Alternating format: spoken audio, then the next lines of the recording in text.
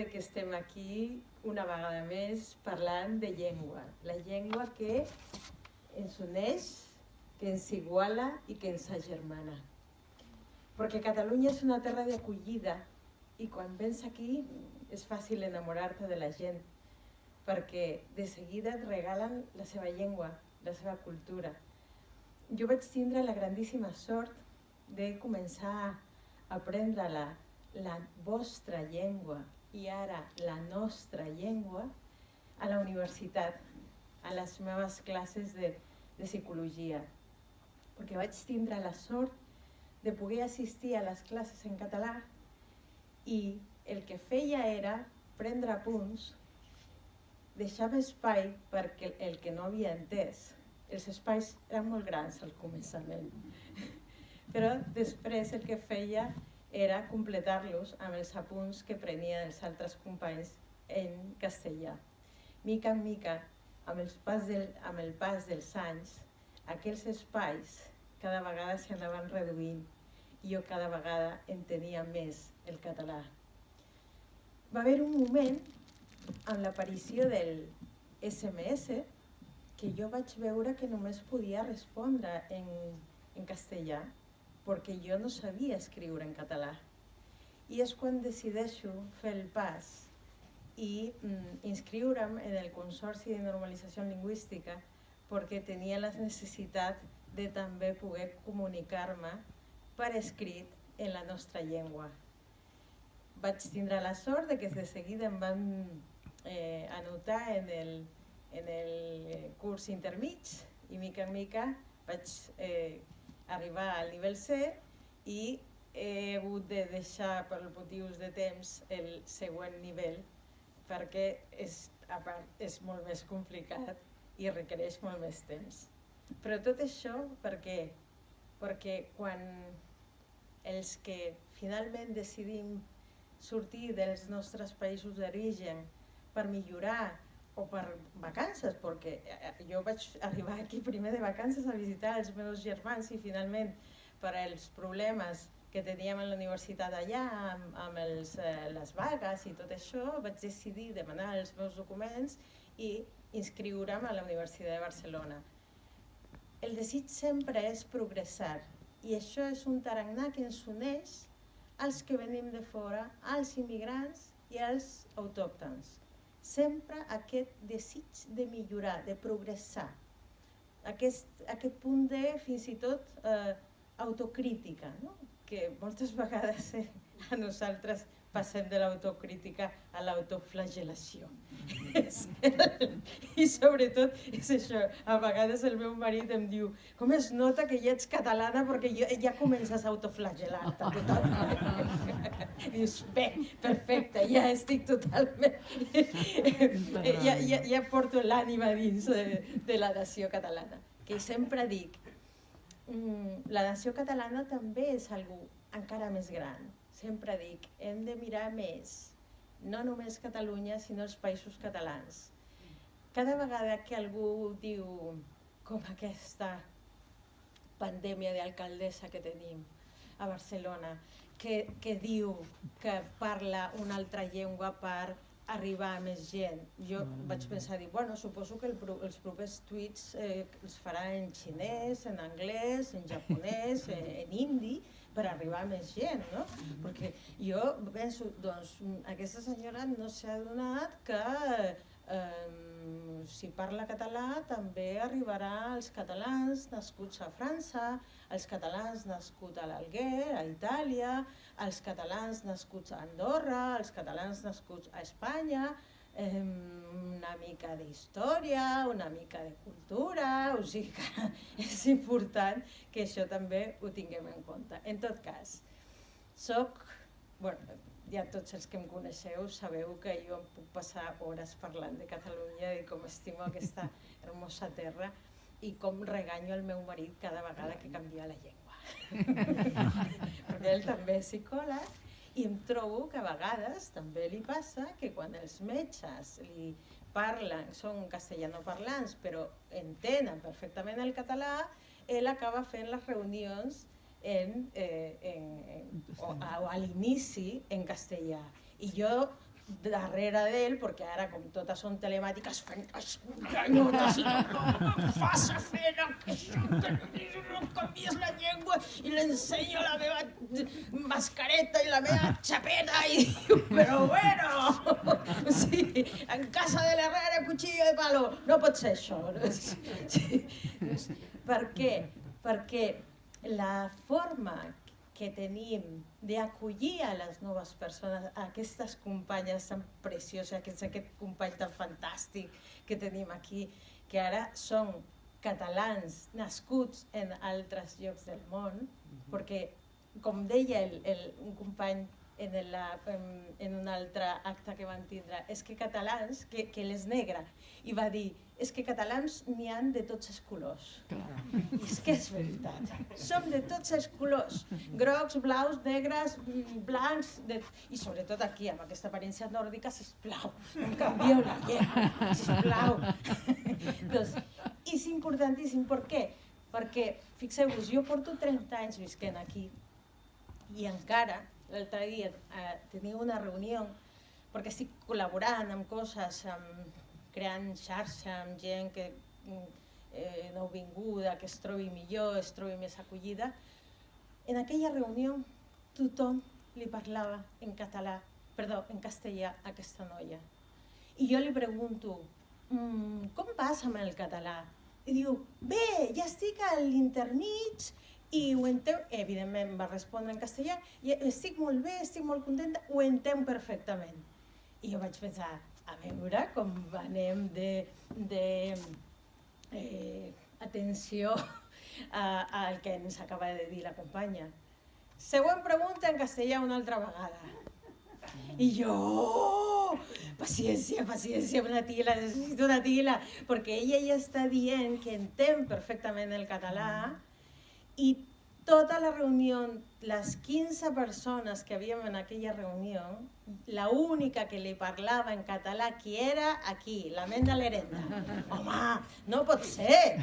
I a més, és que tothom s'estava donant que ella estava entenent perfectament, perquè jo a més li anava donant idees de fer xarxa, perquè ells tenien una mena d'activitat que per la pandèmia s'havia hagut de parar, etc. I jo li donava idees per poder activar-lo mitjançant les xarxes socials i tal. I contestava perfectament i en cap moment em va dir és que no t'entenc o que cap problema, li haguessin pogut repetir. No, tota la gent contestant en castellà. Doncs, importantíssim que no canviem la llengua i a més perquè els que portem molts anys aquí ens feu sentir rebutjats. Jo passo a vegades de la tristor a l'empipament cada vegada que algú em canvia la llengua i em parla en una llengua, sobretot quan jo sempre començo les meves interaccions en català. Per mi és dolorós. Per què? Perquè m'estan dient, tu no ets d'aquí i et canvio la llengua, perquè segur que no ho saps. I jo vaig passar per diferents fases, això és important que ho tingueu en compte. No sempre ens sentim immigrants. Jo vaig sentir-me, primer vaig arribar com turista, després em vaig sentir estudiant, després em vaig sentir immigrant quan entro en el món del treball, quan ja tenia el permís per poder treballar. Però quan a través de la llengua coneixes la nació catalana, te l'estimes i quan l'estimes la defenses i quan l'estimació i la defensa de la llengua catalana fa que acabes sentint-te català, acabes triant, aquesta tria tan preciosa de poder dir jo desitjo ser catalana. I això no vol dir que perdem els nostres arrels. Jo per això sempre matiso, quan em diuen, fa 2 dies em va dir, perquè tu ets la presentació d'un llibre, a més d'una persona molt carregona, em diu, Rosario, perquè tu ets peruana, oi? Dic, no, matiso. Jo soc catalana nascuda a Perú, que no és el mateix. És molt diferent. I això no vol dir que jo estimi menys el Perú. Jo adoro el meu país d'origen perquè part del que soc és gràcies a la meva educació viscuda amb els meus pares durant 18 anys a Perú. I tota la resta és gràcies a tots i cadascú de vosaltres, perquè sou el que m'heu acabat de construir com persona. Importantíssim de cara als nens petits. No els hi canvieu la llengua, perquè estic rebent moltes queixes de nens petits, dels pares d'aquests nens petits o dels nens adoptats, que se senten tractats com immigrants quan són catalans. Importantíssim, sempre. A més, segons l'enquesta d'usos lingüístics, pràcticament tothom entén la llengua catalana. No hi ha motius per canviar la llengua, cap ni un. A més, hem de construir nosaltres la nostra visió d'estat, perquè camí de l'estat podem perdre la nació. Compte amb això. I la llengua ens articula com poble i ens iguala. Sempre ho hem parlat amb la Carmen, que és nascuda a Romania. Sense la llengua catalana no haguéssim pogut parlar ella i jo mai. O amb l'Octavi, que és nascut a la Índia. Doncs, i a més, jo sempre penso, a mi em sap molt de greu. El meu pare va néixer a Cusco, però quan tenia més o menys 10 anys va anar a Lima. I en Lima, en la costa, sempre s'ha menystingut a totes les persones que tenien trets indis. I per tant, el quichua sempre s'havia tractat com de gent pueblerina, com gent poc culta, com gent pobra, etc. Ell es va oblidar del quichua, per això jo no el parlo. I això és dolorós, perquè això és perdre els arrels.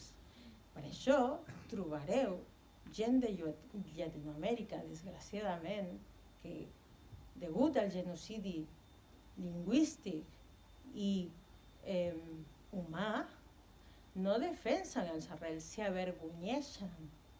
Ahí teniu el Vargas Llosa, que algú li digui que no és blanc, que té uns trets indis, que hauria d'estar superorgullós dels seus arrels. S'avergonyeix. Això és la conseqüència d'un genocidi. Per això, aquesta interacció que tenim entre cultura i ambient, entre el dia a dia quotidià, és el que moltes vegades ens explica per què moltes vegades tenim aquests complexes d'inferioritat que no defensem el nostre. Perquè són conseqüències de la nostra història viscuda. Per això, jo quan trobo que de seguida el que està visquent Catalunya d'alguna forma s'ha viscut fa segles en un dels meus països d'origen o en Llatinoamèrica, empatitzo de seguida, però clar, perquè jo conec la història del meu país d'origen, però n'hi ha gent que no, perquè sabeu molt bé que la història s'ha anat reescrivint a petició del genocida, i a molts llocs ha passat això. Per tant, n'hi ha gent que realment no és conscient de la seva història, de la història del seu país d'origen. Això fa que siguem cada vegada més conscients i tots nosaltres, que som 10 milions de catalanoparlants, més o menys, aproximadament, doncs siguem activistes de la nostra llengua. Tots sempre parlant en català. Que ens trobem amb companyes com la Teresa, que diu és que no m'agrada, doncs sona superdolça, no només la teva veu, sinó és que el so de la llengua catalana és molt dolça. Per tant, a mi m'ha encantat, jo estava tota l'estona pensant a veure si sento alguna cosa que em xirria. Dic, no, t'he trobat deliciosa, fantàstica, o sigui que t'animo, sisplau, a que continues llançant-te a parlar català. De fet, les primeres vegades que jo feia, a mi l'estratègia em servia. Quan pujava a l'autobús, intentava interaccionar amb el senyor de l'autobús perquè com eren frases curtetes, doncs anava, no em requeria gaire esforç i anava practicant i això anava molt bé. O això, a comprar com la companya Arlet, no? Vas a comprar i dius, doncs, l'estratègia que jo feia anava en cada puesto del mercat i anava a comprar una sola cosa. O sigui, dius, sisplau, em dona aquestes patates que estan aquí, o sigui, amb la qual doncs, tot això ho concentrava en aquest moment i si la persona igual parlava massa de pressa, deia, digue-m'ho poquet a poquet perquè estic aprenent. I si em canviava la llengua, els deia, no em canvies la llengua si no, no aprendré mai. És nosaltres... I tot això, així com les meves companyes, el meu company us han dit, és pura reciprocitat. Quan et sents estimat, estimes, és quan t'enamores, és exactament igual.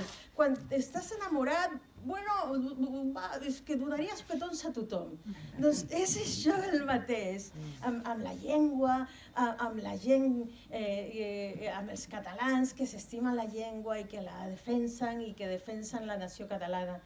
És aquest desig d'estimació que ens ajuda, almenys a mi, és el meu motor de poder muntar aquesta campanya i gràcies a l'equip tan fantàstic amb la Carme Sansa, amb l'Aleix Renyer, amb el Toni Albà, amb el Matthew que no ha pogut vindre avui, però que fem un gran equip que anem per tot arreu recordant que hem de valorar la nostra cultura.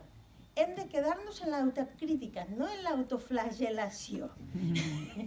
Aquí ens hem de quedar, de dir, vinga, va, aquesta errada que fem de canviar la llengua, per educació, per amabilitat, n'hi ha és una errada. I n'hi ha l'altre dia vaig veure, era una vinyeta boníssima, que un castellanoparlant li deia a l'altre, no un castellanoparlant, perdó, un supremacista castellanoparlant li deia a un...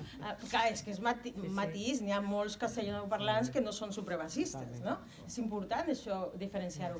Li diu, per què em contestes en català? Ets un maleducat. I el català li diu, deixa'm que parli jo primer i veuré qui és el maleducat. És que realment és això, no? O sigui que important també és el que fa aquest imperialisme, que és ens acaben intentant introduir relats que no són veritat, no? Com per exemple ara la història de que abans recordo que els que parlaven català eren pobres, era una miqueta exactament el mateix que el que ens deien allà amb el quítxua. Ara resulta que són burguesos. Dius, home, a veure si us aclariu, perquè jo continuo treballant cada mes per arribar a fin de mes, o sigui que ni pobra ni burguesa, però abans jo recordo que quan s'anava a visitar els pacients a la zona de Pedralbes, doncs, clar, parlaven i allí només es parlava castellà perquè parlar català era de pobres i ara resulta que és de burguesos. O sigui, sempre intentant dividir-nos, com és el fet de... No, clar, és que l'última barbaritat que he sentit és que si se'ls parla en català als nouvinguts és que els catalans són racistes, que jo em vaig enganxar amb una dona peruana que, curiosament, van passar informació i és d'una de les grans famílies multimillonàries de Perú i que venia aquí a fer-se passar per una pobreta immigrant a la que li parlaven en català i que se sentia discriminada per això. O sigui que dius, mare meva, o sigui, compte amb els discursos que ens intenten vendre, perquè així és com ens intenten separar entre rics i pobres, gent de dretes i d'esquerres, i dir, no, si som una nació hem de treballar junts per poder sortir endavant i sobretot preservar la nostra cultura. Deixem de comprar discursos de la divisió perquè això només ens repercuteix en negatiu a nosaltres. I sobretot no canvieu la llengua perquè és, a part, és que és preciosa, és tan bonica. I recordeu la quantitat de vegades que us han dit el francès, però que elegant, que dolç. Doncs és que el català, jo sento el mateix a la llengua catalana. Per mi és molt més vibrant dir t'estimo que te quiero, ho trobo més dolç.